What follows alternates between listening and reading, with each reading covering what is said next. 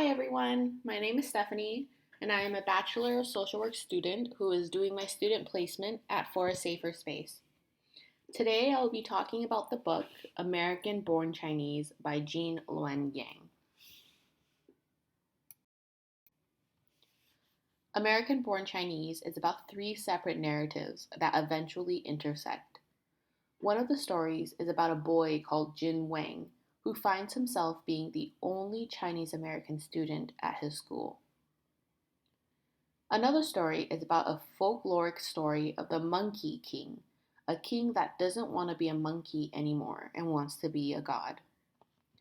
And lastly, the story of Qin Qi. He is known as the ultimate negative Chinese stereotype who keeps ruining his cousin Danny's life.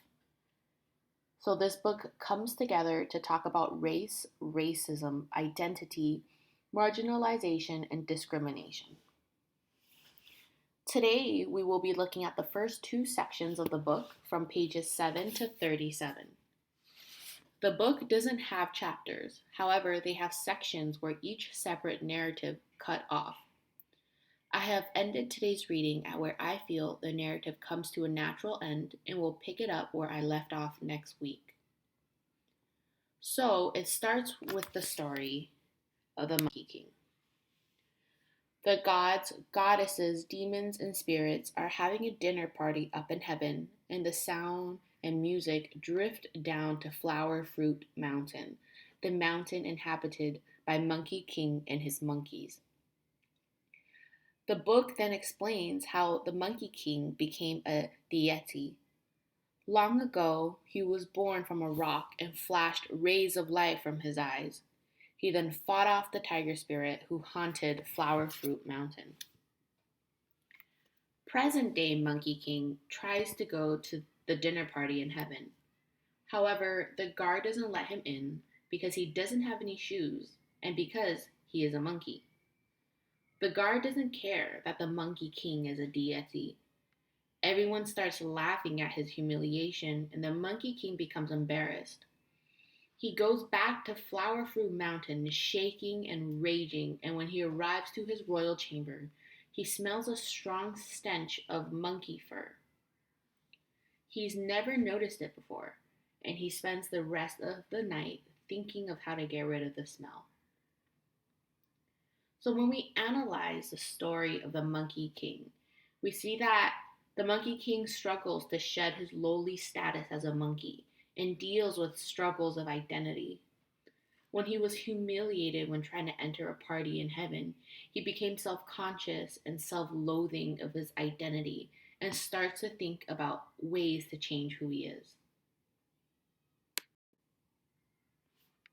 The book then turns to Jin Wang. Jin Wang used to live in San Francisco's Chinatown with his parents. There, they stayed for 9 years, where Jin befriended 3 other Asian boys of the same age. However, Jin and his family end up moving, and Jin ends up at Mayflower Elementary. The teacher, Mrs. Greeter, is a white woman who introduces him as Jing Jiang and says he is from China. And we know that those are both wrong. His name is Jin Wang, and he is from San Francisco. A student named Timmy says that he heard that Chinese people eat dogs, and Mrs. Greeter responds by saying that Jin and his family probably stopped doing that when they came to the US. There is only one other Asian student in the class, and rumors started circulating that Jin and this other Asian girl are to be married to each other at 13 years old.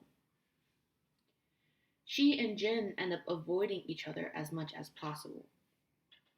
And so here we start to see racial and cultural ignorance portrayed through racial stereotypes by Jin's new teacher and classmates.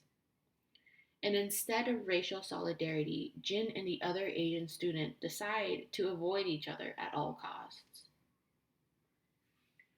The story ends with Jin eating alone while all the other white children play together. Timmy, his classmate, sees Jin eating dumplings and tells him to stay away from his dog.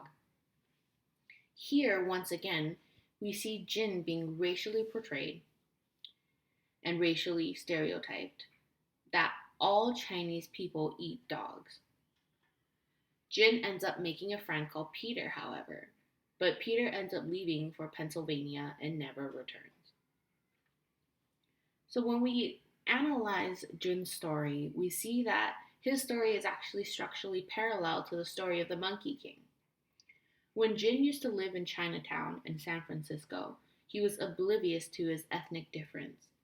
However, when he moved to a white suburb, he felt like an outsider. He was bullied because of his race.